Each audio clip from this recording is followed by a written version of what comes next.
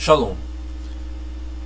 Eu creio que um dos pontos essenciais, se não o mais essencial, neste tempo de Teshuvá e de restauração no qual estamos, seja o ponto da paternidade.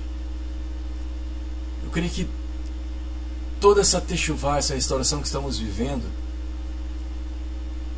não faz sentido se não compreendemos que somos filhos. E esse retorno é um retorno à identidade de filhos. É um retorno à visão do Eterno como Pai. E compreensão do que significa ser filho do Eterno.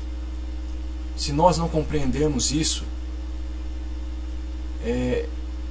e entrarmos nessa Teshuvá com uma mentalidade de escravos e não de filhos, certamente distorceremos muitas coisas e muitos pensamentos. Distorceremos qual o verdadeiro sentido de Teshuvá e de restauração. Então aqui eu gostaria de falar um pouco sobre paternidade. E que em nossos dias, como a visão da função paterna está sendo afetada. Todos sabemos e ouvimos falar que Deus é Pai. Seja qual for esse Deus.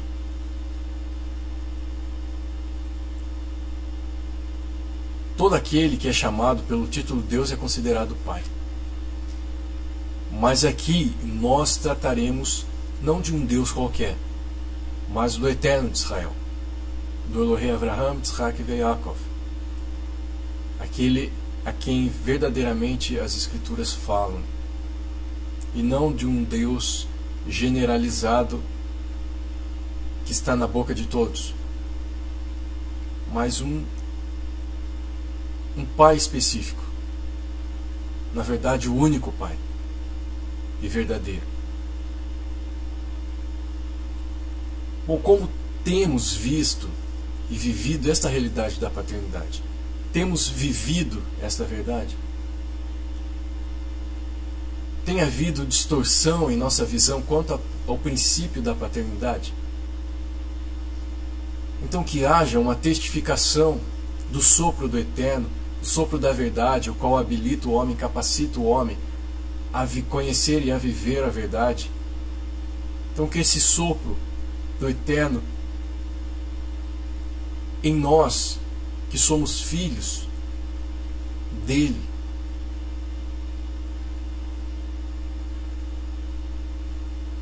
venha testificar isso em nós. Então que esse sopro testifique em nós e gere uma correção em nosso modo de nos relacionarmos com o caráter paterno de Elohim.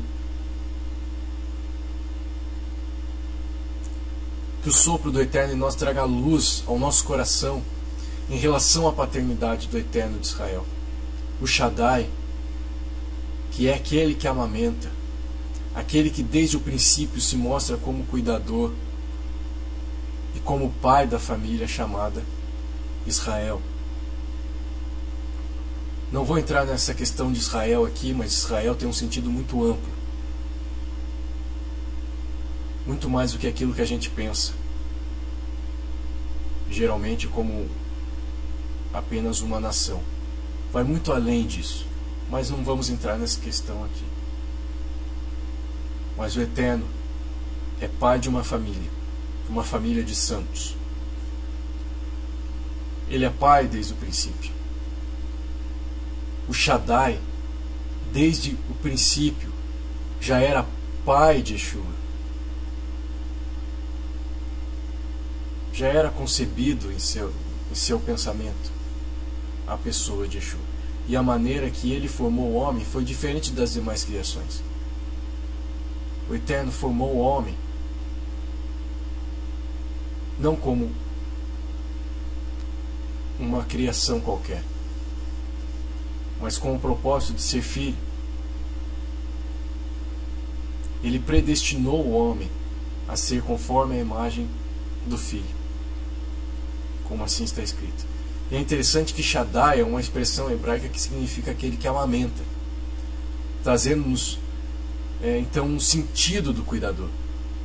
O homem foi modelado pelas mãos de Elohim, a sua imagem e sua semelhança, de acordo com Gênesis 1:26, gerado para administrar o governo do Pai, como um príncipe. Príncipe é um filho amadurecido, apto para herdar o trono. Mas a queda fez com que o homem perdesse o direito da filiação. Porém, ele não deixou de ser filho. O Eterno não deixou de ser pai. Mas o homem saiu da sua posição de filho. Para o Eterno, o homem continua sendo visto como filho.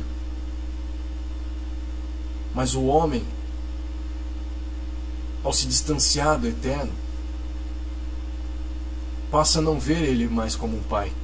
Tem uma visão distorcida.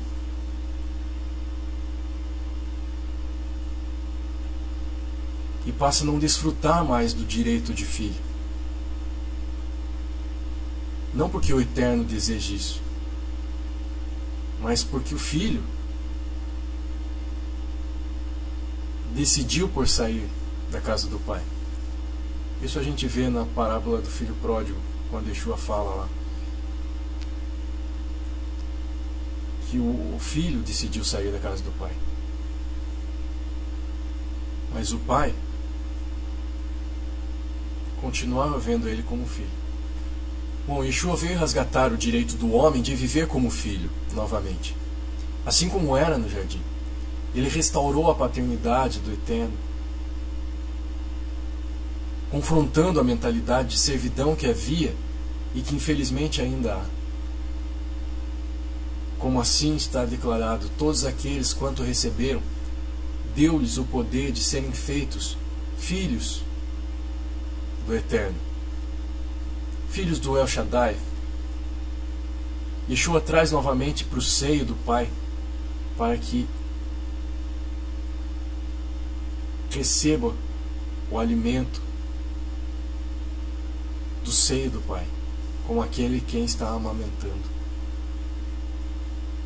Essa palavra poder aqui, neste verso, tem como uma de suas traduções o significado direito, autoridade delegada.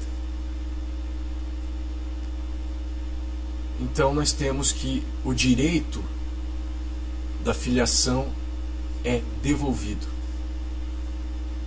O propósito do Eterno sempre foi ser pai de muitos filhos semelhantes a Yeshua, pois o reino é administrado por filhos amadurecidos e não escravos. O madeiro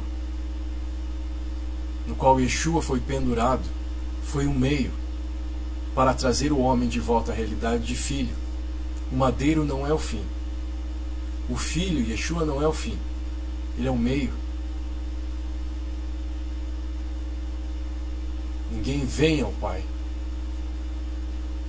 senão por mim. Assim ele disse. Então vermos o Eterno como Pai é muito importante. Reconhecemos a nossa filiação é importante. Hoje, infelizmente, parou-se no madeiro e tem-se o madeiro como um fim. E se analisarmos nossas canções, a maioria das canções que há por aí, a maioria estão dedicadas a Yeshua. Não quero dizer que isto está errado, mas desejo aqui gerar um questionamento. Yeshua é digno de honra, sim, por tudo o que fez. Ele merece reverência. Mas, porém, eu imagino às vezes Yeshua falando para nós assim, ou para alguns: ei, falem com o Pai, adorem o Pai, cantem ao Pai. pois Ele me enviou para que vocês tivessem novamente livre acesso a Ele.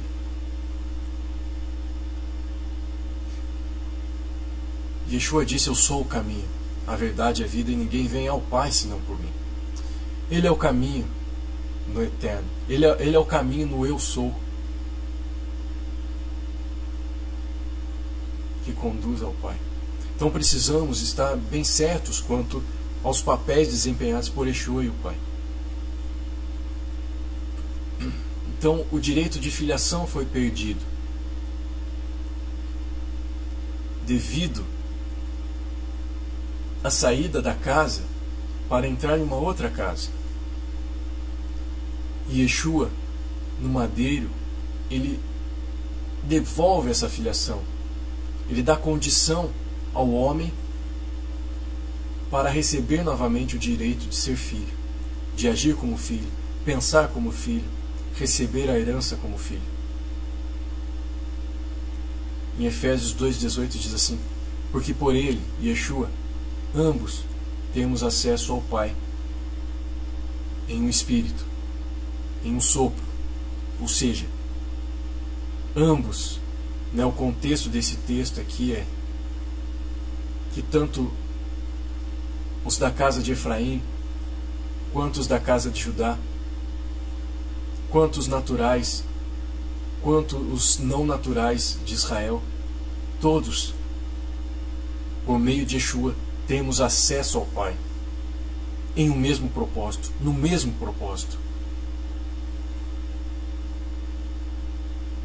Todos estão ligados no mesmo propósito, no Pai. Não basta apenas dizer: o Senhor é meu Pai, o Eterno de Israel é meu Pai, Deus é meu Pai, não sei quem mais é meu Pai. Mas o Pai tem um propósito, o Pai tem uma missão, o Pai tem um plano. Todos têm acesso ao Pai neste mesmo plano, neste mesmo propósito. Quem está no Pai, ou seja, todos os irmãos, todos os filhos que têm o mesmo Pai, estão debaixo do mesmo propósito do Pai. Não pode um filho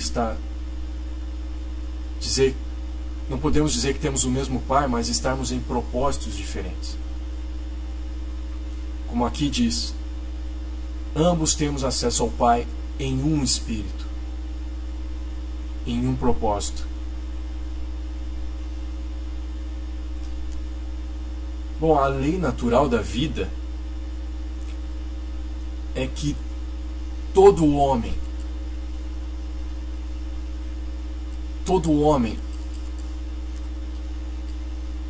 ao nascer, recebe o DNA de um pai. Ninguém existe do vento. Se nasceu, é porque já é um filho. E quando esta lei é quebrada, quebra-se juntamente a identidade. Enfim, todo homem, ao vir à existência, recebe o destino para ser filho. Assim como foi com o primeiro homem, Adão. O homem é predestinado a ter a identidade de filho. E por haver a separação do pai, é predestinado a ser adotado. Romanos 8:29 diz assim: porquanto aos que de antemão conheceu, também os predestinou para serem conformes à imagem de seu filho, a fim de que ele seja o primogênito entre muitos irmãos. Efésios 1:5 nos predestinou para ele, para a adoção de filhos, por meio do Messias Yeshua, segundo o beneplácito da sua vontade. E quando se aceita e vive este destino, passa-se a compreender o sentido de ser livre. João 8,32 diz assim: e conhecereis a verdade vos libertará. E no verso 36, se pois o Filho vos libertar, verdadeiramente sereis livres. Podemos observar que a verdade está para o Filho, assim como o Filho está para a liberdade. Ou seja, nada se separa. A verdade está em ser filho. para se alcançar a liberdade.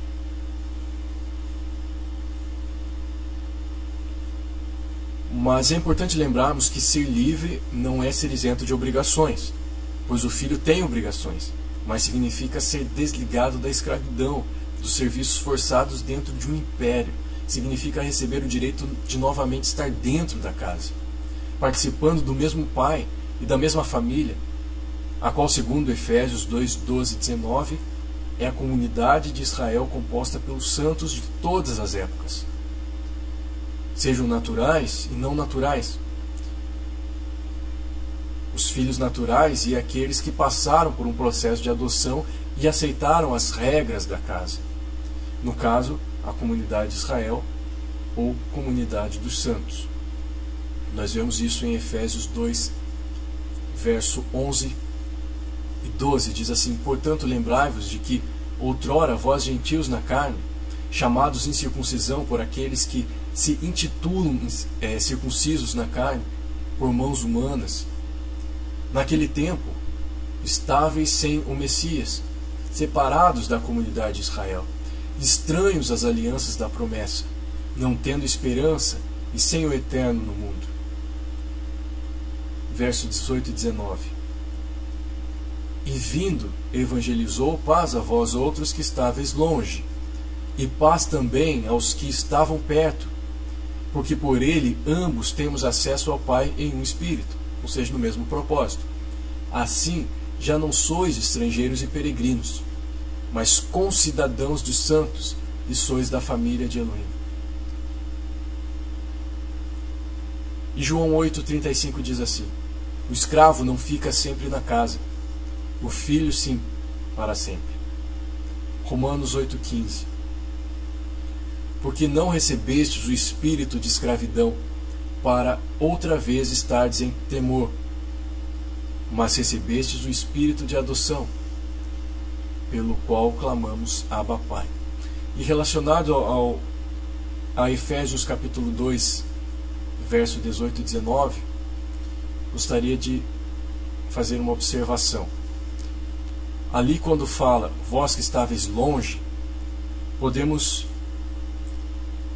entender que são aqueles naturais de Efraim. Aqui, para quem não está familiarizado com a questão da restauração do reino de Israel, a divisão das tribos de Israel, o Efraim é a casa de Efraim, onde é composta por 10 tribos. Quando houve a divisão no reino de Salomão, ficou a casa de Judá com 2 tribos e a casa de Efraim com 10 tribos.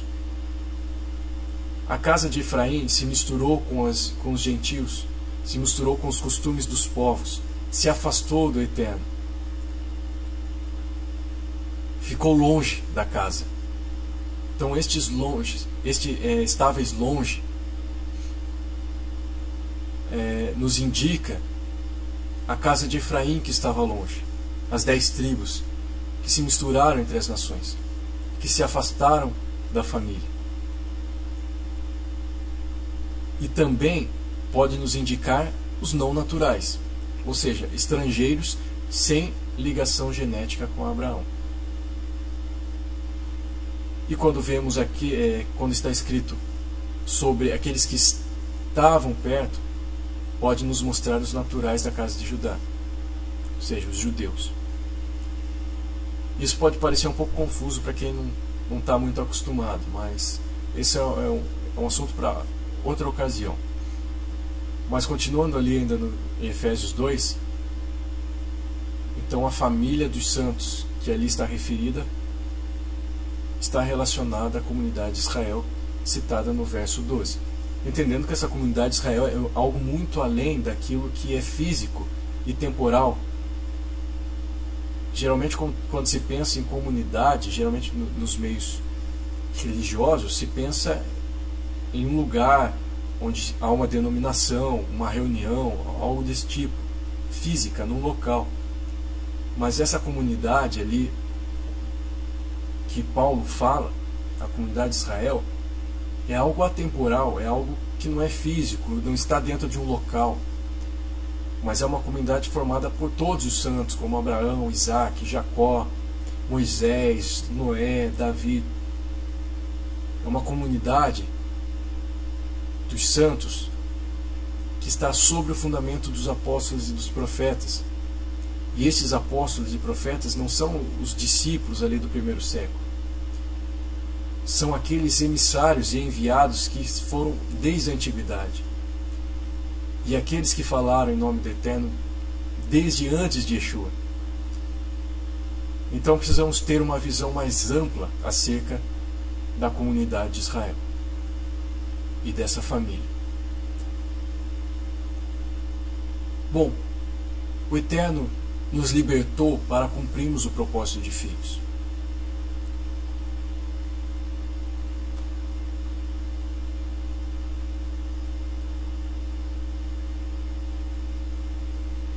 O Eterno nos libertou para sermos filhos.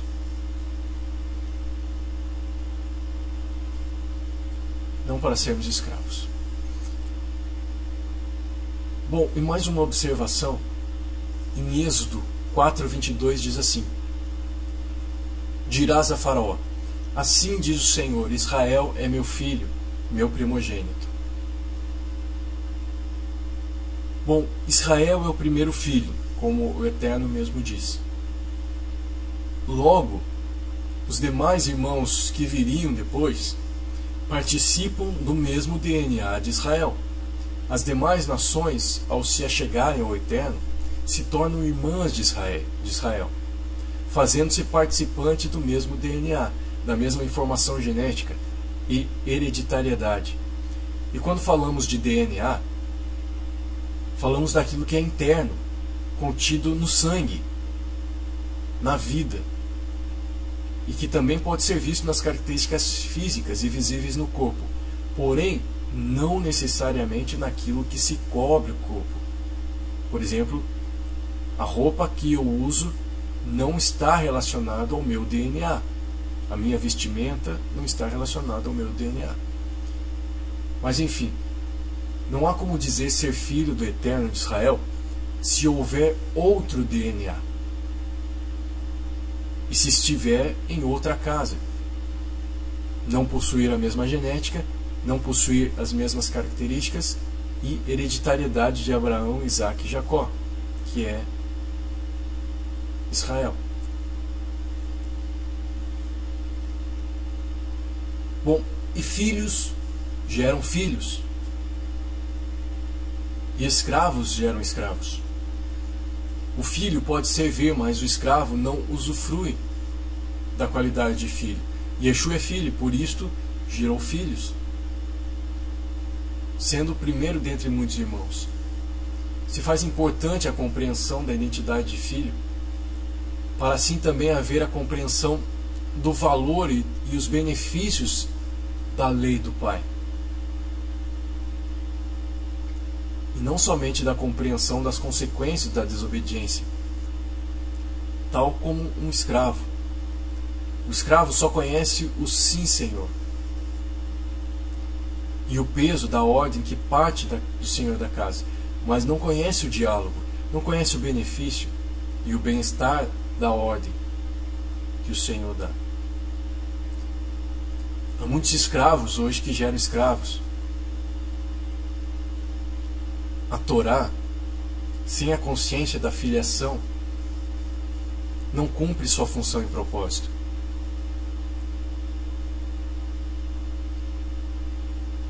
Porque a Torá é para os filhos que estão fora do Egito, justamente para gerar uma mentalidade de liberdade da escravidão, e não para manter na escravidão.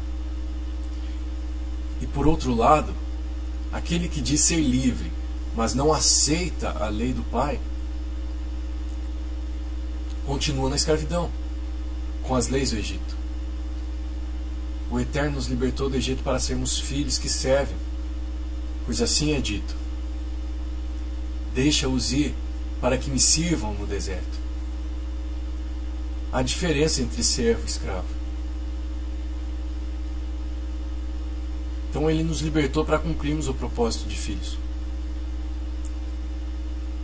Mas como assim é declarado, somos filhos da livre e não da escrava. Ou seja, somos filhos de Sara e não de Agar. Gálatas 4, 30, 31. Contudo, que diz a Escritura? Lança fora a escrava e seu filho, porque de modo algum o filho da escrava será herdeiro com o filho da livre. E assim, irmãos, somos filhos não da escrava, e sim da livre.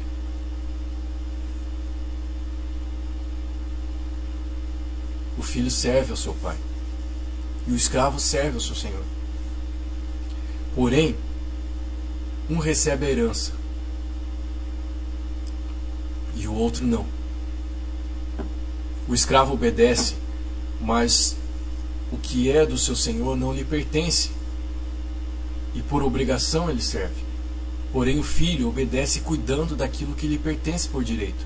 O filho cuida da sua herança. O filho e o escravo são servos, porque estão debaixo de alguém superior, mas não estão debaixo da mesma condição. A obediência cabe ao filho e cabe ao escravo. Porém um é livre e o outro está sujeito aos rudimentos. Um tem parte na herança e o outro não. Gálatas 4, versos 6 e 7 diz assim: Assim é dito, porque vós sois filhos, e enviou Elohim ao nosso coração o sopro de seu filho, que clama Abba, Pai. De sorte que já não és escravo, porém filho, e sendo filho também herdeiro por Elohim. Então Yeshua é filho, e se colocou na posição de servo, e aprendeu a obediência por aquilo que sofreu. Hebreus 5:8. Embora sendo filho aprendeu a obediência, aprendeu a exercitar o seu ofício, a sua vocação, pelas coisas que sofreu. E Filipenses 2:7. Antes a si mesmo se esvaziou, assumindo a forma de servo, tornando-se em semelhança de homens e reconhecido em figura humana. No reino do Eterno não há escravos, há filhos que servem, cuidando das coisas do Pai, porque também são suas. Mentalidade de escravo não pode existir no reino do Eterno, pois o escravo não compreende e não está inserido no propósito do seu Senhor. O filho serve para dar continuidade no reino. Esse é o príncipe, o filho amadurecido. Já o escravo jamais se assentará no trono, por mais que sirva com todo o coração e toda a obediência possível. O filho compreende que tudo que é do pai é dele, mas o escravo nada tem do seu senhor.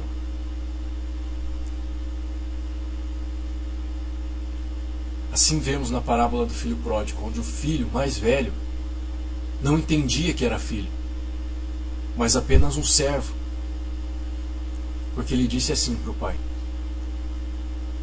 Lucas 15, 29. Mas ele respondeu ao seu pai: há tantos anos que te sirvo, sem jamais transgredir uma ordem tua, e nunca me deste um cabrito sequer para alegrar-me com os meus amigos. E o pai respondeu. Então lhe respondeu o pai: meu filho, tu sempre estás comigo, tudo que é meu é teu. Precisa haver uma mudança de mentalidade, e por isso o Eterno conduziu o nosso povo pelo deserto ao tirar da escravidão do Egito. Ou seja, para mudar a mentalidade, colocando na condição de filhos, para que assim entrassem na herança da terra. Quem saiu do Egito com mentalidade de escravo não possui a herança da terra. Somente quem nasceu livre é que entrou na terra.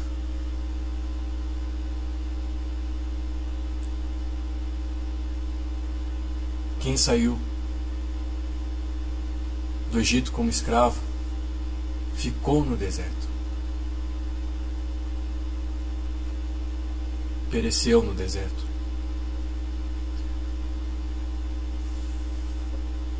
Bom, entrando um pouco nessa questão da Torá, dentro de um plano de filiação,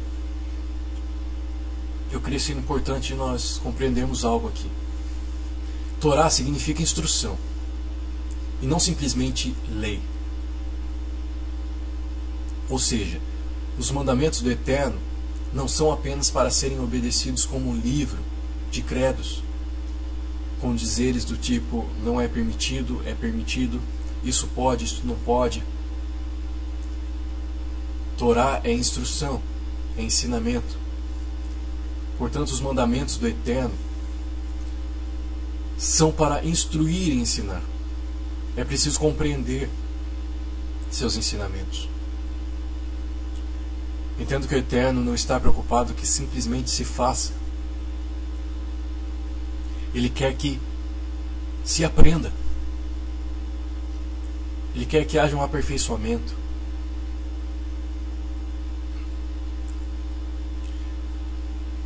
Não quer que se faça como um escravo, mas que se aprenda como um filho. Não quer que apenas se ouça o Senhor dizendo, isso pode, isso não pode. Ele deseja que se ouça o Pai dizendo, filho, aprenda isso. Por causa disso e por causa daquilo. Porque isto gera consciência na obediência. O escravo não tem consciência daquilo que obedece, mas o filho adquire consciência. Por isso não é simplesmente saber se algo é permitido ou não, mas quando se entende os princípios e a instrução do Pai, se adquire sabedoria para toda a vida e para todas as situações. E é muito comum pessoas que hoje estão entrando no processo de techuvá, de retorno, de restauração, começarem a querer cumprir toda a Torá e querer saber o que é permitido ou não.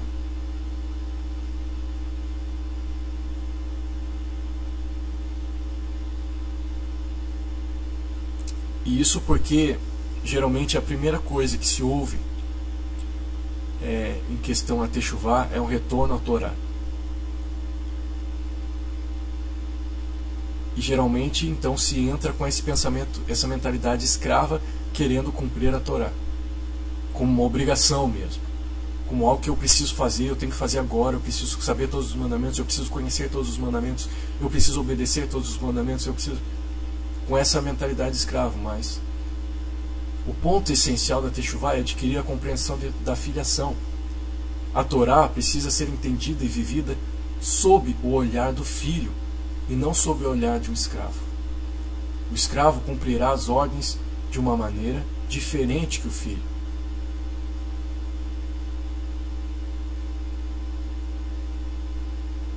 Então, o Eterno nos dá instruções e não um livro de credos. Isto é o que difere a Constituição Torá do Eterno da Constituição humana. Isto é o que difere a legislação do Eterno da legislação humana. Pois bem, vamos entrar agora talvez nas questões mais técnicas, questões mais sociais, que também influenciam na nossa maneira de pensar quanto à paternidade.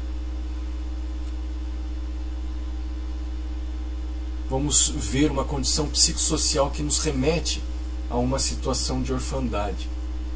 A função paterna está presente em nossas vidas desde o dia em que nascemos, seja essa de uma forma ausente ou participativa.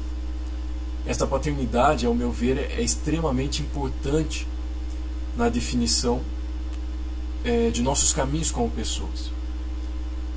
Não desmereço o papel materno. O papel materno também está dentro da paternidade. Mas eu só quero chamar a atenção para a posição do pai em nossas vidas e para a nossa posição de filhos. Nós vivemos em uma sociedade que crescentemente está perdendo o referencial paterno. Filhos nascem sem conhecer o pai, mães engravidam sem saberem de quem, casamentos que mal começam e já terminam, filhos perdidos em meio ao tiroteio de palavras e agressões, abusos em todas as suas dimensões, rejeições, negligências, troca de papéis nos lares e muitas outras circunstâncias. A orfandade, dia após dia, penetra nos corações. A religião mostra uma Maria sem pai, uma Maria sem José e um Jesus sem pai, e um Deus todo-poderoso que julga e condena a todos que pecam. Então, com certeza existem, famílias que sabem e conseguem transmitir um relacionamento paterno saudável, assim como também há filhos que cresceram em meio a uma turbulência e atravessaram esta nuvem sem muitos danos em sua personalidade. Mas o fato é que todos nós, de uma forma ou de outra, fomos ou somos atingidos por esse bombardeio de informações distorcidas sobre uma paternidade saudável. Toda essa condição psicossocial afeta a nossa visão do Eterno, de Israel como Pai. Muitas vezes nos sentimos órfãos tendo um pai. Então, essas condições, essas situações externas que bombardeiam nossa mente, a nossa maneira de pensar, distorce uma paternidade saudável e funcional.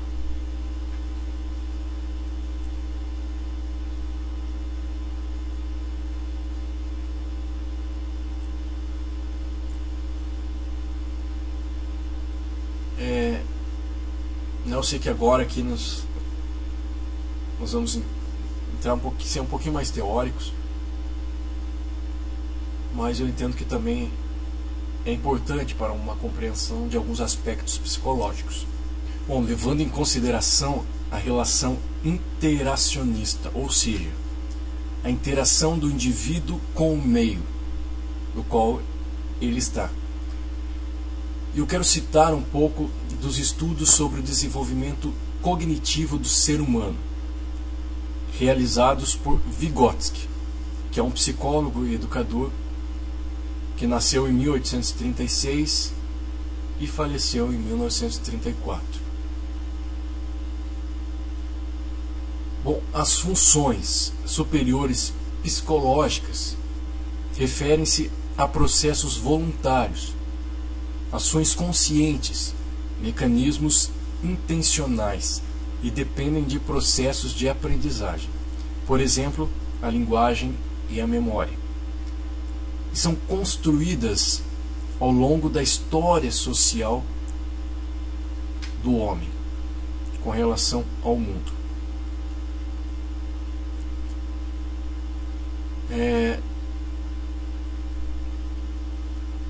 Então essas funções desencadeiam as relações diretas ou mediadas, cuja diferença é que em uma relação direta não há a intervenção de um elo intermediário como uma lembrança, como outra pessoa, dentre outros elos que podem existir. E na relação mediada ocorre o que o Vygotsky chama de mediação, e de acordo com ele, há dois tipos de elementos mediadores: os instrumentos e os signos. E eu quero aqui chamar a atenção para o mediador denominado de signo, porque eu creio que está mais relacionado com as informações que recebemos por meio da palavra Pai.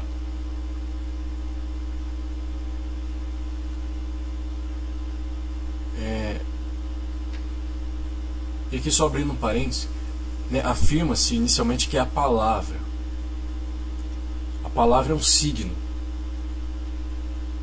enquanto signo é o material semiótico privilegiado veiculador da ideologia, ou seja, a palavra carrega consigo uma ideologia, um pensamento, devido à sua capacidade de refletir e refratar as condições sócio-históricas. Afirma-se também que a palavra, compreendida mais amplamente como signo linguístico e verbal, é constituída da consciência, da ideologia, do pensamento e, por conseguinte, dos sujeitos, por ela ser o resultado das interações sócio-histórico-verbo-ideológicas. Então a palavra carrega consigo muitos pensamentos. Pois bem, o uso dos signos está no campo psicológico. Os instrumentos estão voltados para fora do indivíduo, enquanto os signos são orientados para dentro do indivíduo. Eles também são considerados ou chamados de instrumentos psicológicos. São símbolos que representam outros objetos, eventos, situações. O desenho de uma gestante na cadeira de um ônibus, por exemplo, é um signo que diz que aquela cadeira é preferencial para gestantes. As atividades psicológicas podem ser auxiliadas por diversas formas de signos. E ocorrem duas mudanças no uso dos signos. O processo de internalização, que é quando marcas externas se tornam processos internos de mediação, e os sistemas simbólicos que organizam os signos em estruturas complexas e articuladas. Então chega um ponto no desenvolvimento do indivíduo que ele não necessitará mais de marcas externas, pois ele vai substituir os objetos do mundo real por representações mentais, ou seja, signos internos. Com o surgimento do trabalho, das atividades sociais e coletivas, as representações do real começaram a ser articuladas em sistemas simbólicos, sendo a linguagem o sistema básico dos grupos humanos. É socialmente que este sistema simbólico é dado, ou seja, é por meio do grupo cultural em que o indivíduo está inserido que ele absorve as formas de perceber e organizar o real. Então ali naquele meio histórico-social, onde ele aprende a linguagem, aprende os signos, os símbolos, que vão traduzir para ele a imagem do real.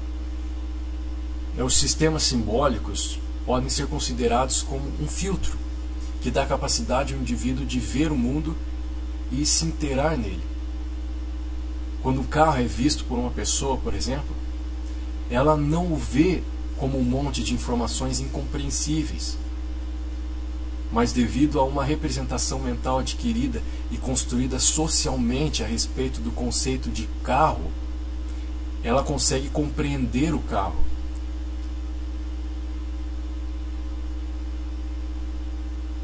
Portanto, esta representação mental faz a mediação entre o indivíduo e o objeto real.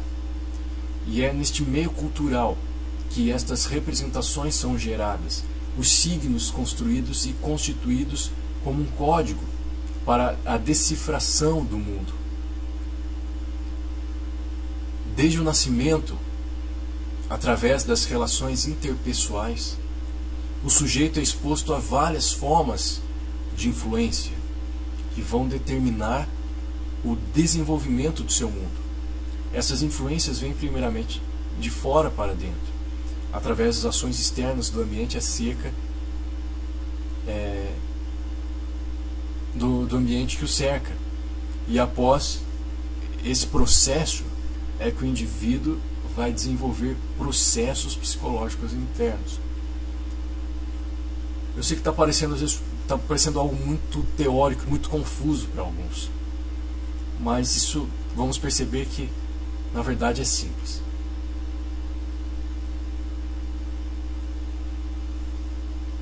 E aqui uma frase de Vygotsky, que é citado por Oliveira.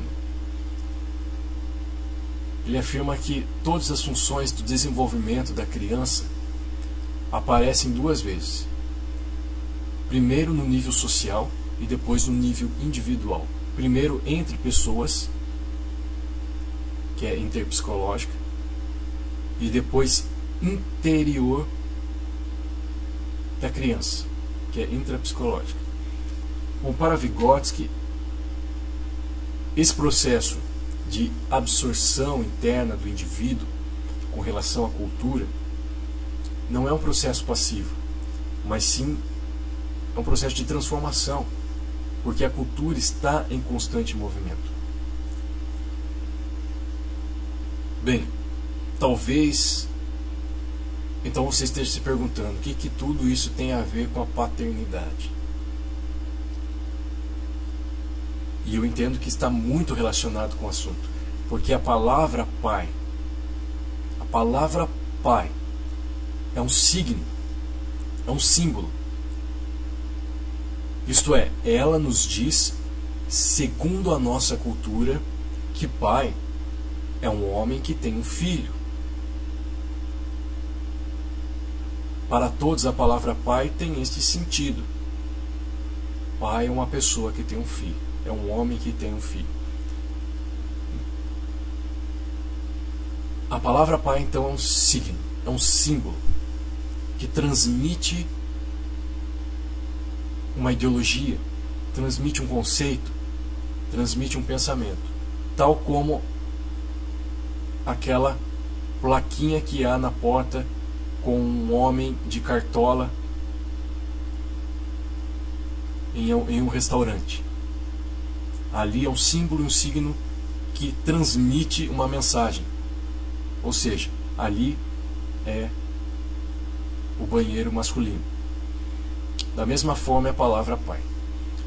Mas, no entanto, pelo processo de internalização e sistema simbólico, esta palavra pai expressa uma nova representação mental. Então, essa palavra pai é um signo, é um símbolo, que tem um conceito geral de acordo com a cultura e a sociedade que se vive. E assim é passado para o indivíduo. Mas essa palavra pai pode ser recebida de forma diferente, ela pode ser internalizada de forma diferente, de acordo com alguma situação vivida, de acordo com alguma interação da pessoa com o seu meio social particular, individual. Então a representação da palavra pai pode se dar diferente para cada pessoa. Se uma pessoa teve um pai agressivo, por exemplo, ao ouvir a palavra pai, ela pode até mesmo de uma forma inconsciente associar esta palavra à agressão. Se o pai foi negligente, a palavra se associa à negligência, pois essa foi a forma que ela internalizou a concepção de pai. Então a palavra pai, ao ser ouvida, vai ter esse sentido para ela. E eu creio que toda a internalização errônea da palavra pai ou da paternidade pode ser transformada pelo Eterno. O Eterno pode transformar isso.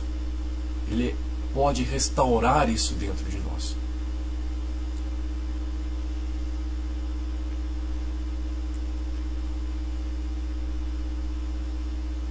Bom, o Eterno criou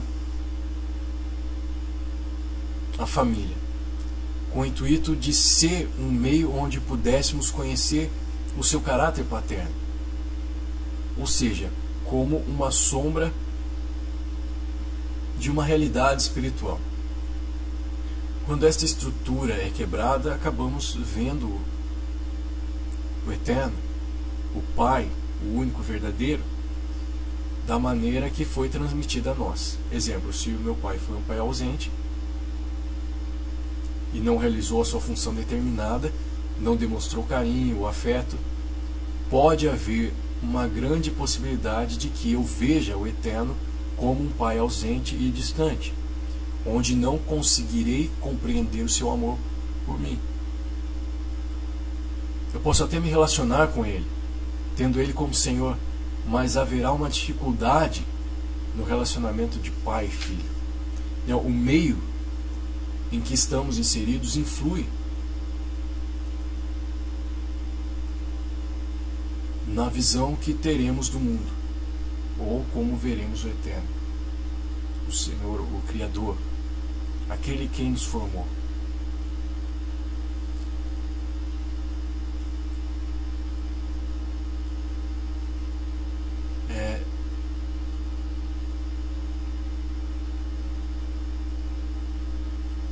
Eu queria fazer uma citação aqui de Erickson. Ele diz assim: a primeira etapa de nossa vida é pré-verbal, e tudo o que ocorre conosco depende da decodificação verbal e emocional que nossa mãe ou o cuidador fizer. Sem alguém que possa espalhar nossas necessidades, sem alguém que possa espelhar nossas necessidades e emoções, não poderemos saber quem somos. Por outro lado, a forma como essa pessoa decodifica nossas mensagens acaba constituindo aquilo que somos. E ela o faz de acordo com o seu próprio patrimônio de vivências emocionais. Este primeiro cuidador ou cuidadores funcionam como uma espécie de ponte relacional entre a criança e o mundo que ocupam.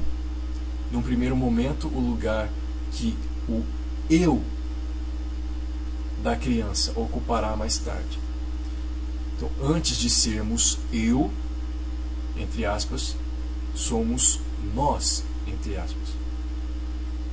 Ou seja, é o relacional, sobretudo a relação que estabelecemos com os nossos cuidadores, a pedra inaugural da nossa identidade. E refletirá quais serão as nossas expectativas de relacionamento com o mundo. Então, em nosso modo de vida, podemos perceber alguns reflexos da visão distorcida que adquirimos da interação com o meio histórico, social no qual estamos inseridos. Então essas influências familiares, situações familiares sofridas no contexto histórico social afetam a identidade, que no caso aqui é a identidade de filho. Bom, um exemplo básico desses reflexos é em nossa espiritualidade, que fica travada dentro de um sistema de escravidão, onde o que importa é fazer e não ser. E o que fazemos tem mais um sentido de obrigação do que essencialmente amor. E há também uma dificuldade na aceitação do amor, na aceitação do perdão, liberdade e da provisão do Eterno.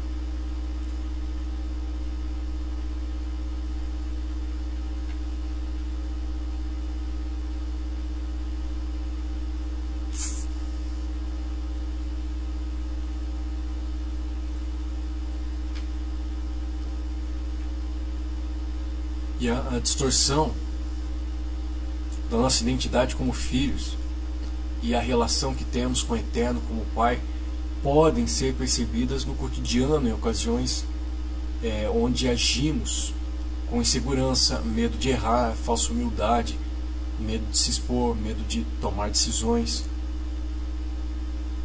De acordo com Mateus capítulo 6, verso 25 a 34, a recomendação é para não andarmos ansiosos quanto à nossa vida, pelo que havemos de comer ou beber, nem quanto ao mantimento ou à vestimenta. Pois não somos como aqueles que não têm um pai. Ou seja, ali Yeshua falava que os gentios procuram estas coisas, procuram a comida, a bebida, se preocupam com isso, andam ansiosos por isso, acerca destas coisas,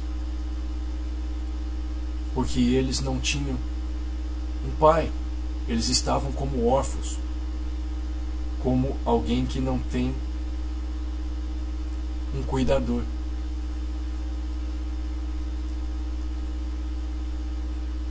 Mas o Yeshua diz ali para não ficar ansiosos, porque nós temos um Pai que sabe daquilo que necessitamos e provê a nós aquilo que precisamos. Bom, uma coisa que precisamos entender é que Elohim, o Eterno, Israel, é um Pai bom e que está acima de qualquer realidade terrena. Ele é perfeito em seu caráter e isto inclui a sua paternidade. E hoje podemos ter no Espírito uma condição em nós que nos dá, né, a habilidade para dizermos Abba Pai, Paizinho.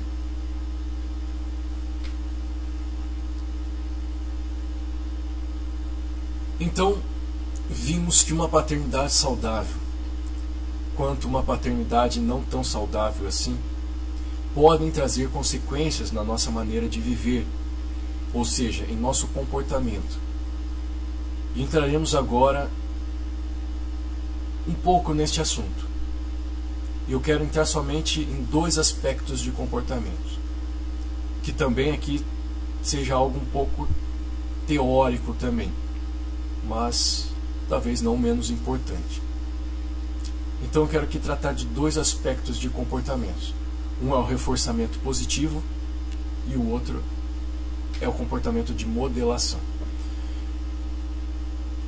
Pois bem, os estímulos reforçadores, os quais são eventos consequentes ou consequências que podem ensinar um novo comportamento ou manter um. Esses reforçadores podem ser positivos ou negativos, dependendo das situações vividas pelas pessoas. Como estamos falando de paternidade, vamos trazer estas situações vivenciadas para dentro de um ambiente de paternidade ou familiar. E somente vamos ficar no reforçamento positivo e não, né, de uma maneira tão profunda. Bom, o que é um reforçamento positivo?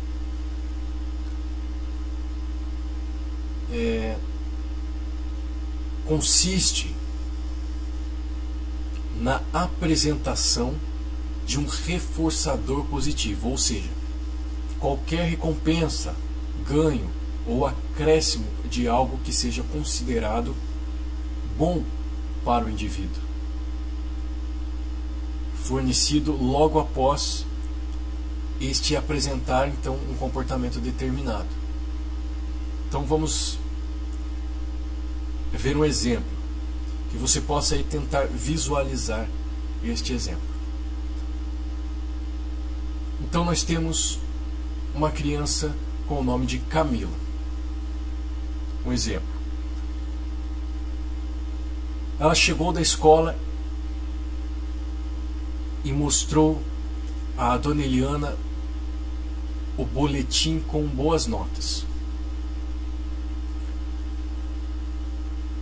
A mãe a elogiou e a presenteou com um livro.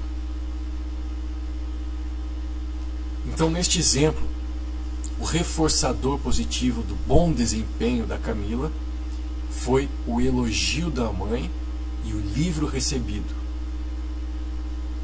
Então, isso que reforçou a boa atitude da Camila.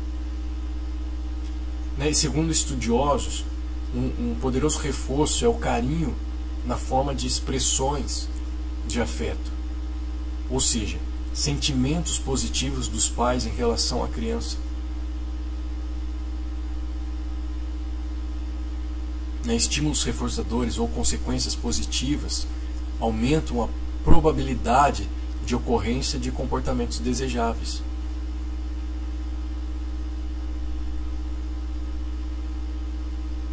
E às vezes também pode ocorrer um problema quando a criança somente recebe um reforço positivo quando há um comportamento negativo,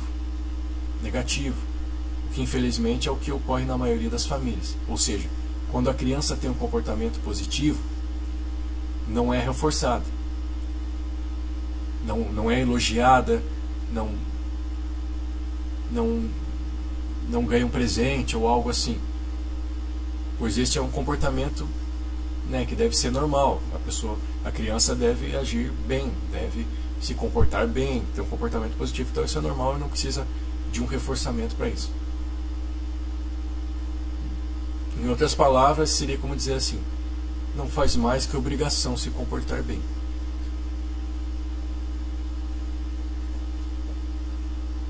Então, e daí o que acaba ocorrendo é um reforçamento positivo quando há um comportamento negativo. Ou seja, se você não fizer mais isso, a criança fez algo errado, alguma coisa negativa, e há um reforçamento positivo dizendo: se você não fizer mais isso, eu vou te dar isso. Ou seja, a recompensa vem quando a criança tem um comportamento negativo. Então acaba ocorrendo também uma distorção. E esse tipo de situação familiar pode fazer com que a criança passe a compreender que apenas sendo má, difícil ou tola pode receber o amor que deseja. Isso é lógico, porque quando ele só faz coisas, entre aspas, erradas, é que ele recebe atenção. Então é o comportamento negativo que está sendo reforçado.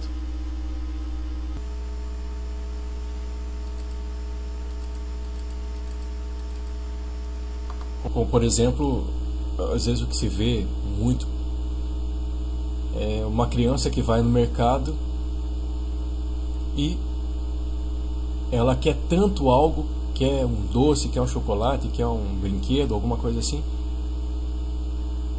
e ela tem um impulso de manipular a mãe, chorando intensamente, se jogando no chão. Um comportamento que não é positivo. Mas se a mãe ceder a este comportamento, dando o que a criança quer, dando o brinquedo, dando o doce, dando o chocolate, isso vai reforçar o comportamento negativo dela, e ela vai começar a compreender que sempre quando fizer assim ela vai ter o que quer. Ela vai ter atenção, ela vai ter o carinho, ela vai ter o presente, ela vai ter recompensa. Então gera um certo pensamento manipulador.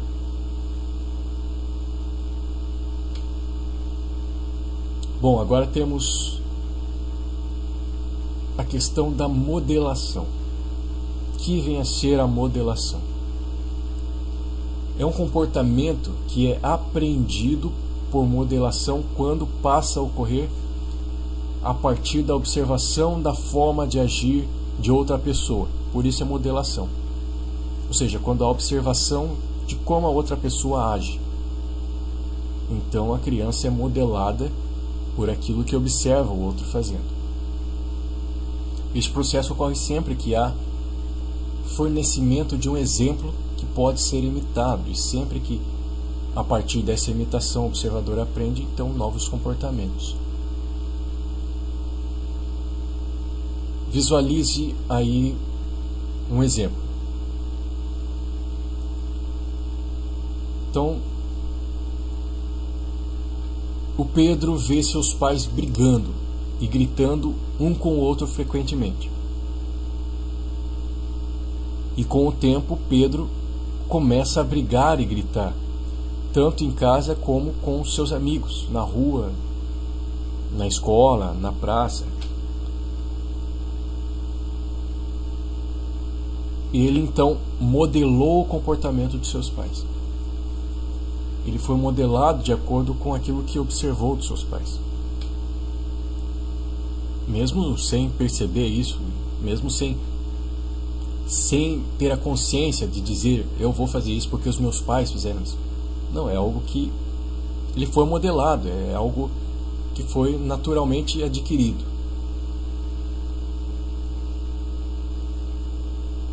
Bom, o que vimos então foi o reforçamento positivo e o processo de modelação.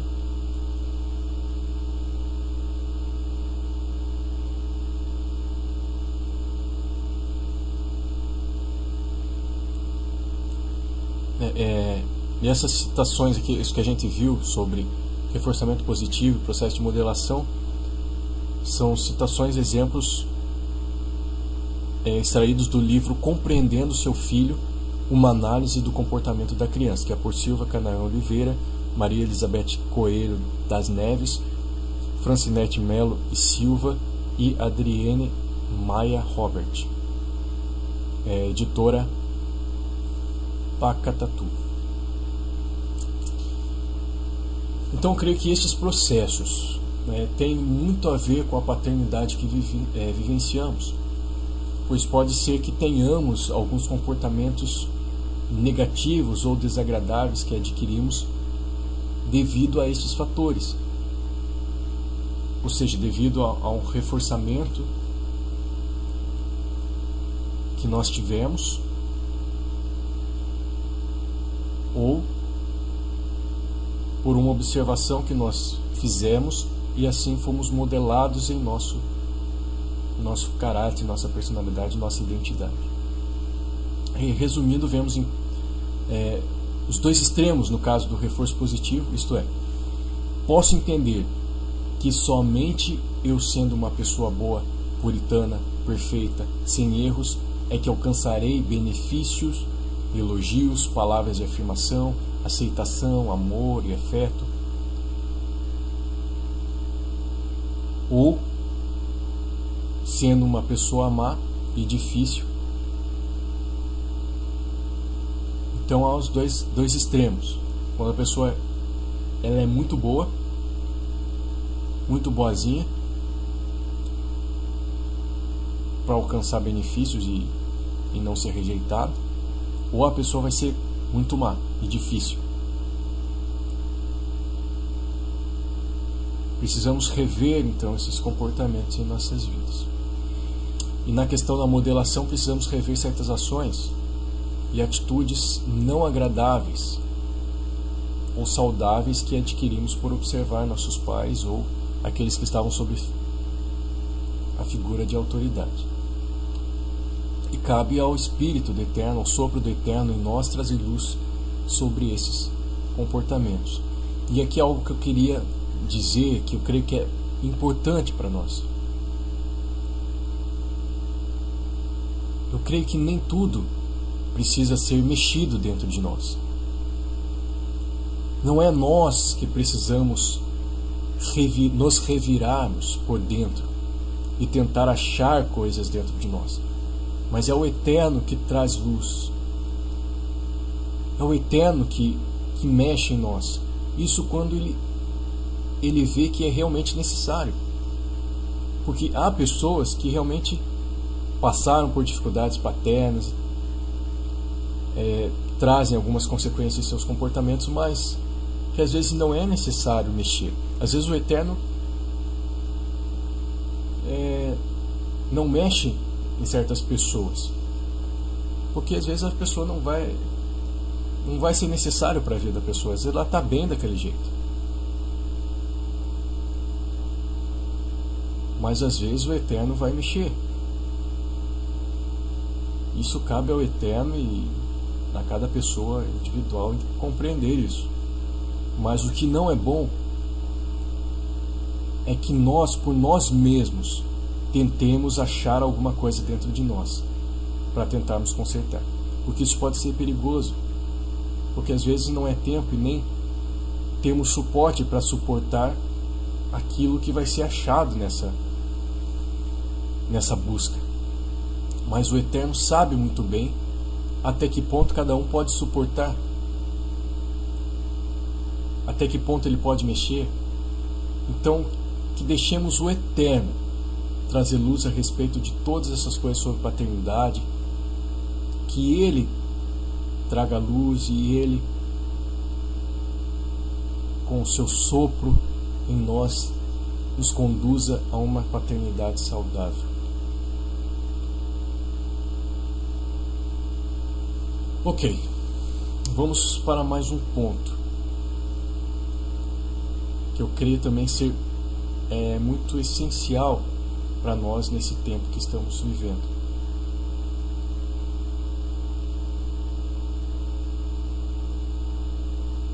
A rejeição sofrida, ela pode gerar uma obediência e uma desobediência extrema. Como vimos anteriormente, nós vimos o extremo de uma pessoa boa e o extremo de uma pessoa má. E agora veremos um pouco da obediência e da desobediência extrema. Como já vimos no campo psicológico humano, aqueles que de alguma forma sofreram algum tipo de rejeição, principalmente paterna, tenderão a terem ações extremas, tanto boas quanto más, e isso para chamarem a atenção da figura que representa a autoridade em suas vidas, tais como professores, líderes religiosos, marido, a esposa, os próprios pais. Inevitavelmente também se refletirá em um comportamento com autoridade Deus, seja quem for esse Deus em sua vida, seja o Eterno de Israel ou seja qualquer outro com a identidade ou a titularidade de Deus. E lógico que tudo depende do nível da rejeição sofrida e a capacidade que cada um possui em lidar com a situação ocorrida. E em sua maioria são situações em que não há consciência que houve uma rejeição, mas que futuramente se dará evidências. E esse tipo de comportamento, o qual nós estamos tratando aqui, não é uma regra absoluta, porque cada pessoa tem uma reação diferente, mas é uma probabilidade de grande porcentagem. Então aqui eu procuro expor aquilo que comumente ocorre quando sofrida alguma rejeição. E geralmente, então, as ações extremas serão aquelas que os pais mais gostam ou aquelas que eles menos gostam. Por exemplo, se a autoridade não gosta de bebida alcoólica ou drogas, o filho que sofreu algum tipo de rejeição tenderá a ir contra o não, entre aspas, da figura de autoridade para confrontá-lo e assim chamar a sua atenção para o seu sofrimento, como se ele dissesse: olha, veja aqui que eu estou sofrendo, olhe para mim, me perceba. E sendo assim, geralmente tal pessoa terá alguma ligação com álcool, drogas, ou simplesmente será uma pessoa noturna que vive nas baladas, nas boates, enfim. Por outro lado, teremos aqueles que tenderão a fazer o que o pai ou a figura de autoridade mais gosta. Será o mais obediente,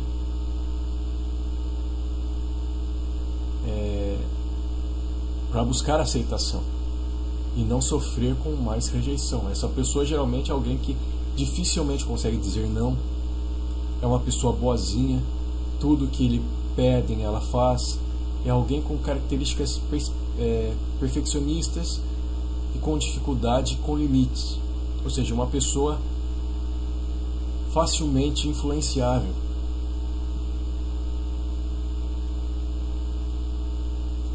Será facilmente levada por várias sugestões que a cercam. E no campo do relacionamento com o Eterno Israel, isto não é diferente, ou seja, aqueles que no campo humano sofreram alguma rejeição tenderão a serem muito desobedientes ao Eterno ou muito obedientes ao Eterno, pois o Eterno está na figura do Pai. Há aqueles que não conseguem obedecer ao Eterno, caminham por um tempo, mas em determinado momento param e não conseguem prosseguir. Mas por outro lado, há aqueles que em todo o tempo têm medo de desobedecerem ao Eterno. Estas são pessoas muito focadas na santidade e fazem de tudo para chamar a atenção do Eterno e ter a sua aceitação. buscam por meio de sua obediência extrema fugir de uma suposta rejeição por parte do Eterno. Geralmente são pessoas mais expressivas, que cantam, louvam em alta voz, desejam mostrar algo externamente, como se estivesse chamando a atenção. Também podem ser aquelas focadas nos costumes e nas expressões das tradições, a fim de que, de alguma forma, a atenção do Eterno seja atraída. E em contrapartida, além daqueles que se expressam demais, temos aqueles que não se expressam em nada. Ou seja, temos os extremos. E essas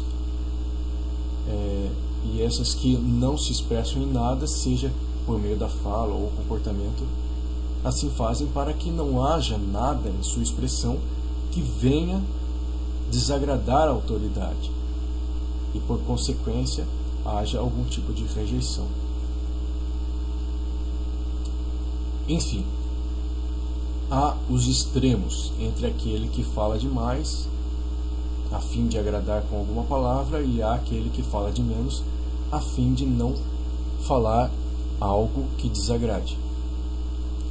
Estes são aqueles que geralmente são extremos contra o pecado, onde tudo acaba sendo pecado e transgressão. E isto porque, mesmo que inconscientemente, há o pensamento de que qualquer erro pode causar uma rejeição. Bom, tudo que estamos falando aqui, estamos falando no campo da inconsciência, ou seja, a pessoa na sua maioria, as pessoas não têm certas ações de forma consciente, entendendo por que fazem.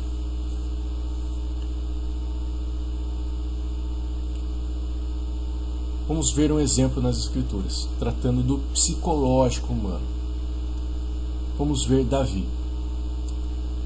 Ele foi rejeitado por seus irmãos e pelo seu pai. E se repararmos, ele teve muitas ações extremas com relação ao Eterno. Eu não estou aqui falando que Davi estava errado ou algo assim. Eu estou falando para nós analisarmos os seus comportamentos, que mostram, que evidenciam a sua rejeição sofrida. Então ele foi alguém muito expressivo, que buscou ter ações grandiosas e significativas. Por exemplo, enfrentou o gigante, trouxe a arca, dançou expressivamente, desejou construir o templo. Enfim, a história de Davi é repleta de expressões grandiosas. E talvez, por Davi ter sofrido uma rejeição, ele era rápido ao se arrepender perante o Eterno. O amor do Eterno exige compromisso e aliança, sim. É pactual e sacrificial e não incondicional. Mas não chega ao ponto de rejeitar alguém por qualquer erro.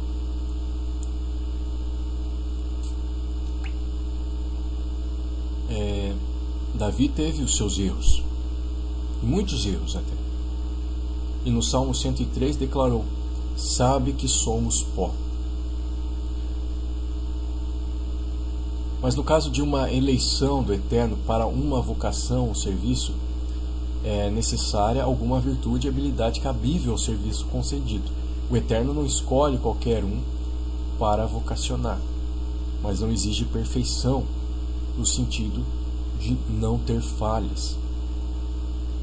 Esse sentido de perfeição, não tendo falhas, é um sentido grego, mas no sentido hebraico, perfeição é tamim, que é íntegro, inteiro.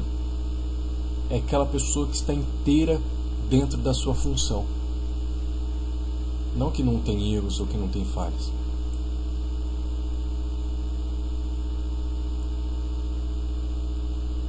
E bendito é o Eterno que acolhe o rejeitado e faz dele alguém que habita em família. Bom, o que quero dizer com tudo isso é que o Eterno é santo, sim. E a ele nos cabe a obediência, mas jamais poderemos fazer algo que surpreenda aquele que conhece os intentos do coração do homem. Ainda que a palavra nem chegasse à boca, Ele já conhece. Não precisamos nos ater e nos preocupar tanto com os nossos erros, mas simplesmente em reconhecê-los perante o Eterno. E não nos martirizarmos por isso. Não nos autoflagelarmos porque erramos. A mão dele nunca está encolhida para aquele que deseja ser levantado por ele. Não precisamos ter medo de errar com o Eterno. O Eterno não rejeita ninguém. É o homem que, em sua soberba, se afasta do Eterno. O seu orgulho cria uma barreira entre ele e o Eterno. Mas o foco, então, aqui é não andar no extremo da desobediência e nem se ater ao extremo da obediência, mas sim ter um meio termo, um equilíbrio.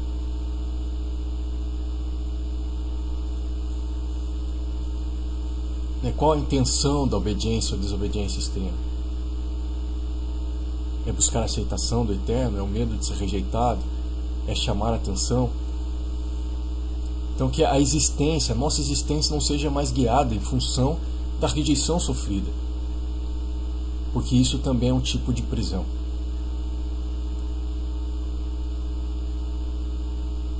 Eu não tenho nenhuma fórmula mágica e creio que não exista, mas todo comportamento adquirido é transformado por outros comportamentos adquiridos. É uma troca de informações, como o HD do computador.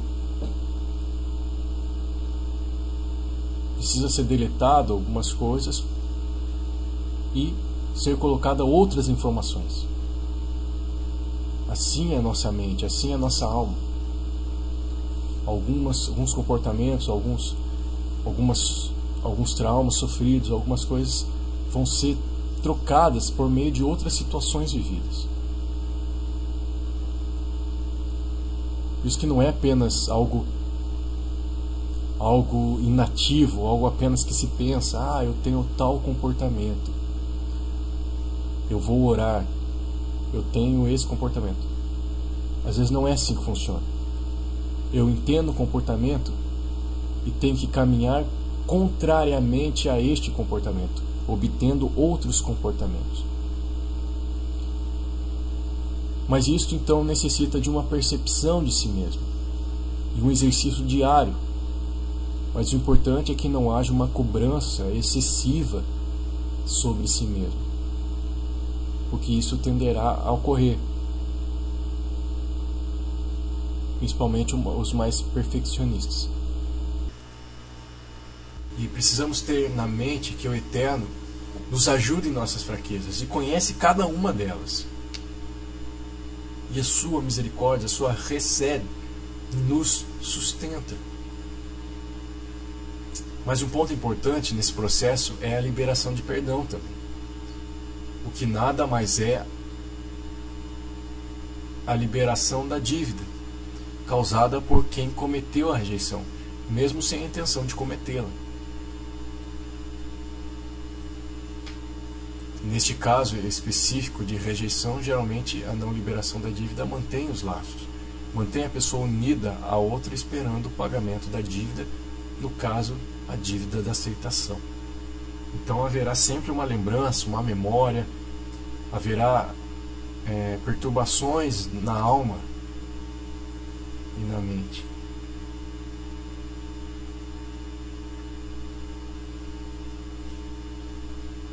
E é bom entendermos que aquele que nos rejeitou, seja quem for, seja o pai, seja a mãe,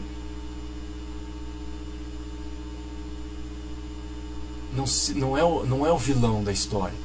Ele também pode ter sido uma vítima.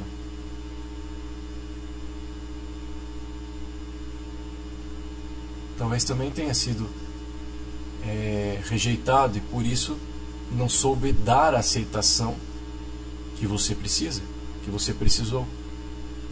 Porque ninguém pode dar aquilo que não recebeu.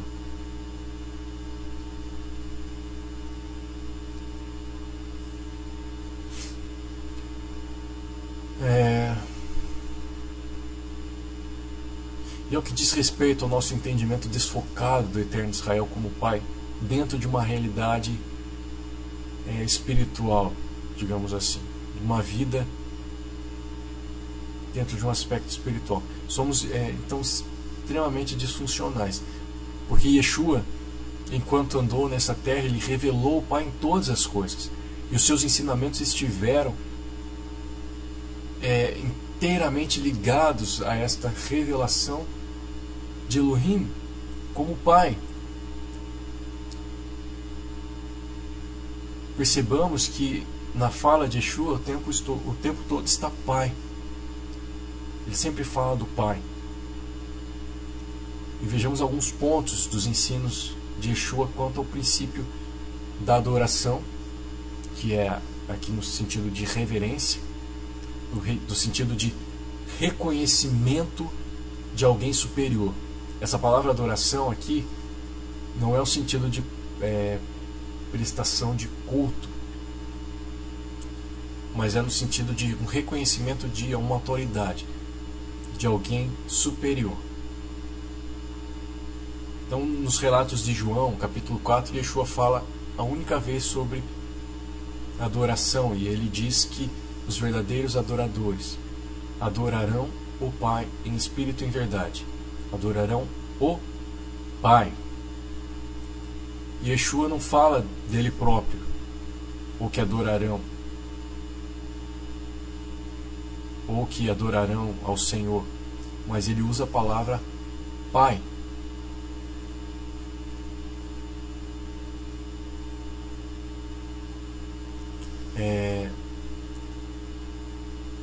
Então, o reconhecimento de uma autoridade, alguém superior, está relacionado ao Pai. Acerca da oração, Yeshua em Mateus 6 ensina sobre a oração. E neste ensinamento ele nos mostra um modelo de oração. A oração que ele ensina é dirigida ao Pai, Pai nosso que estás nos céus. Yeshua também fala que quando formos orar, é para entrarmos no lugar secreto e orando ao Pai. Então esses fatos me levam a crer que se não temos esta área da paternidade sarada em nossas vidas, não teremos também uma vida de reverência ao Eterno, uma vida de reverência saudável ao Eterno, pura e verdadeira, e muito menos uma vida plena de oração. Não entenderemos muito bem o que significa oração e nem reverência ao Eterno. Outro assunto que as Escrituras nos falam é que a criação anseia pela manifestação dos filhos do Eterno. Romanos 8,19. Segundo a Bíblia, as Escrituras, a criação não anseia pela revelação dos servos, dos teólogos, dos ministros de louvor, dos pregadores, etc. Mas diz que o mundo deseja que os filhos se manifestem. Onde estão os filhos de Elohim? Onde estão os herdeiros, os filhos amadurecidos, experimentados e prontos para receberem a herança do Pai? Onde estão os filhos que revelam a glória do Pai, assim como fez Yeshua? Estarmos convictos da nossa identidade de filhos é tão essencial para o avanço do reino que o adversário das nossas almas, seja quem for ou o que for esse adversário, pode ser uma pessoa, pode ser palavras, conceitos, pensamentos, uma mentalidade presa ao passado. Esse adversário nos conduzirá sempre ao questionamento da nossa identidade como filhos. Assim como vemos Yeshua no deserto, sendo tentado pelo adversário. E o adversário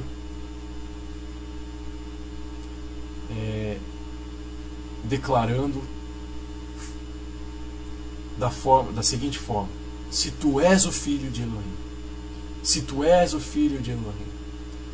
Ou seja, o adversário das nossas almas, seja quem for, o que for, vai sempre nos conduzir a questionar a nossa identidade como filhos.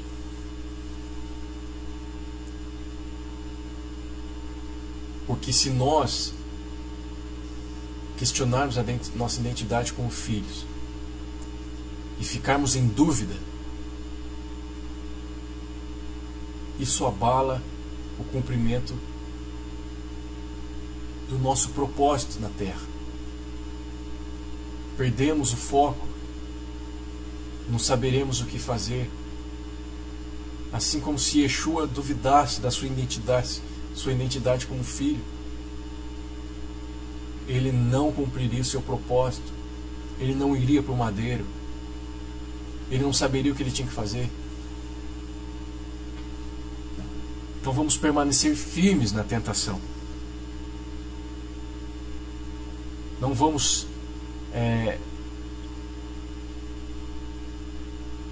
cair na tentação, pois se formos afetados na nossa identidade, nós não saberemos o que poderemos fazer.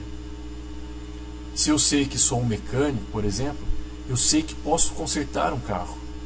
Agora, se eu estou em dúvida se eu sou um mecânico, então eu já não sei se posso consertar um carro. Portanto, se há uma testificação em meu espírito que sou filho, então eu sei que posso administrar os negócios do meu Pai. Ou seja, eu terei um compromisso com o reino do Eterno.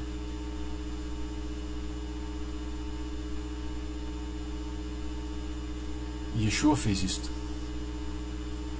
E outro ponto interessante é que não basta apenas entendermos que somos filhos, mas sim que precisamos amadurecer como filhos, porque a herança é dada para filhos amadurecidos e não filhos imaturos. Se quisermos crescer e avançar em maturidade, é necessário entendermos que passaremos por um processo onde seremos corrigidos, onde seremos aperfeiçoados, e nisto pode haver algum sofrimento, e certamente haverá. Em Hebreus 12 fala que os bastardos não aceitam a correção, mas que é para os filhos não desprezarem a correção do pai. A Bíblia relata que Yeshua também passou por um processo de crescimento e amadurecimento, e que ainda que sendo filho aprendeu a obediência pelas coisas que sofreu. Hebreus 5:8. A Bíblia também diz que o Eterno fala que Yeshua crescia em sabedoria e em estatura diante do Eterno e dos homens.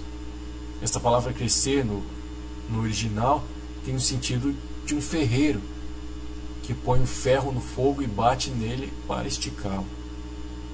Então não desprezemos nenhum processo de crescimento, pois este processo proporcionará um avanço na nossa caminhada com o Eterno e, consequentemente, do propósito do Eterno na Terra. E também servirá para outros que posteriormente passarão por esse processo.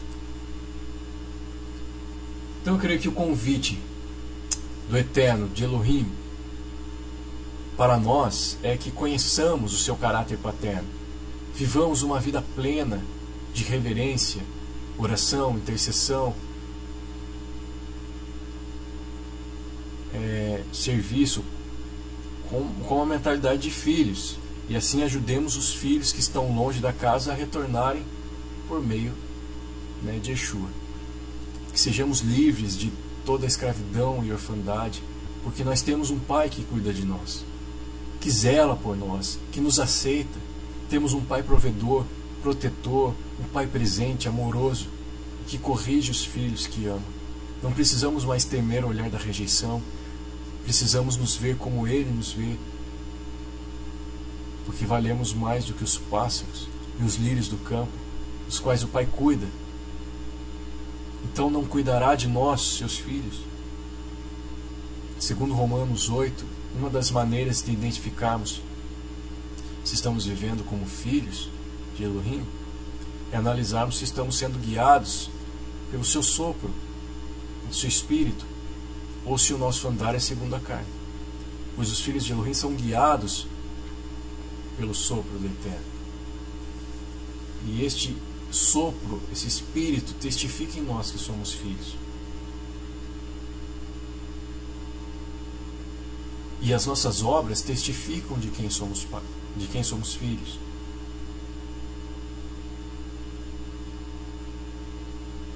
Se nós lembrarmos daquela situação que Yeshua estava conversando com alguns judeus, uma classe ali específica de judeus, e aqueles judeus estavam dizendo que eles eram filhos de Abraão e filhos de Adonai, filhos do Eterno.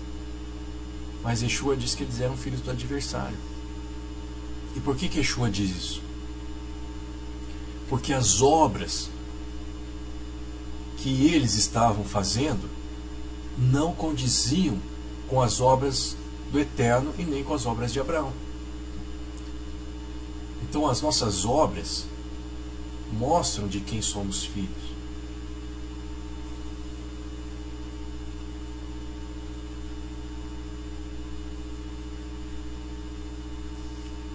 Então vamos nos arrepender e entregar a Ele tudo aquilo que sofremos quanto a uma paternidade terrena e enferma. Vamos entender que os nossos pais naturais podem ter sido vítimas de um ciclo de feridas e que nós que obtivemos um maior entendimento do Eterno precisamos dar passos rumo ao perdão e ao amor, a fim de liberarmos nossos ombros de todo jugo de servidão e caminharmos rumo a uma paternidade saudável. Nós estamos cercados por uma sociedade com um sentimento de orfandade, que necessita saber que há um Pai. Entendo que quando Yeshua disse que conhecereis a verdade vos libertará, estava falando então dentro de um contexto de filiação. Ele falou ali para os judeus que se eles conhecessem a verdade de que são filhos, então eles seriam livres. A palavra conhecer no original tem o sentido de ter uma experiência pessoal. Ou seja, precisamos ter uma experiência pessoal com a verdade de que somos filhos, não apenas ouvir falar. Precisamos ter uma experiência pessoal com o Filho, para entendermos o que é filho, como é o Filho. Yeshua, neste mesmo capítulo 8 de João, então fala para realizarmos as mesmas obras daquele que temos como Pai. Que as nossas obras testifiquem de quem somos filhos. Não apenas obras como obras de caridade, dar esmolas ou coisas desse tipo. Mas a obra do Pai é nós mesmos. O homem é a própria obra do Pai. Ou seja, fazer a mesma obra do Pai é sermos a sua obra, é estarmos dentro da identidade que Ele determinou para nós.